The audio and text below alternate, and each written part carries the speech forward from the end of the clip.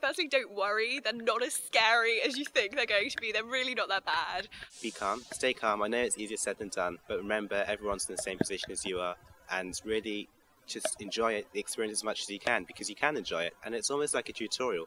Adapt. So you have your opinions and you have your ideas, and as you talk them through, don't be afraid to backtrack and say, okay, well, I originally thought X, but upon further consideration because of these reasons, maybe Y is more correct. And just sort of that adaptability is, I think, something they're looking for. Passion. They want to know you care about your subject. They don't want to teach somebody who doesn't want to be here. And also, they want someone they can teach.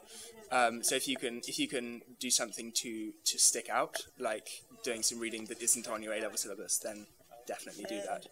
Make sure you've read everything that you said that you've read, and I think just kind of make some notes on it. But in the end, what they're looking for in the interview, as far as I can tell, is just that you're like a passionate student, and I think that's going to shine through if you are.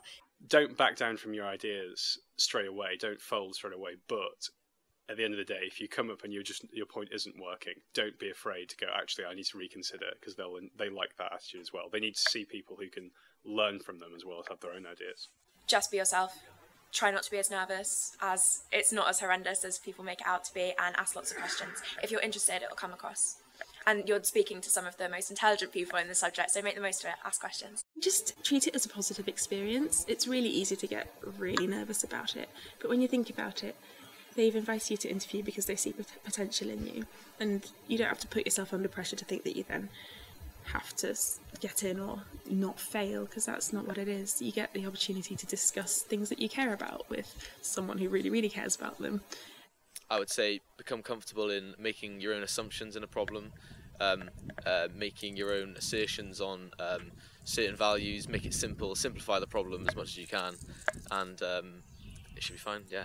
Of course they'll be judging you, but they're not trying to catch you out. They're just sort of trying to see how interested you are and where your interests lie, and the fact that you're able to debate, and you don't sort of, don't panic, just stay calm and answer the questions, and it's quite enjoyable if you take it that way. Make sure that you're very, very familiar with your written work, with your personal statement as well, and also try and read around the subject, because they often like to ask about current events, news. What they're looking for is your ability to learn and then use what you've learned in the interview to a new problem. I think interviews weren't really what I expected they would be. They were a lot more laid back than I expected, and they really weren't something I could prepare for. So it's really just about your thought processes, the way you handle the question. So can you think critically? Can you criticise an argument? Can you be logical in the way you come to conclusions? So I think as long as you have those basic skills, you'll be fine.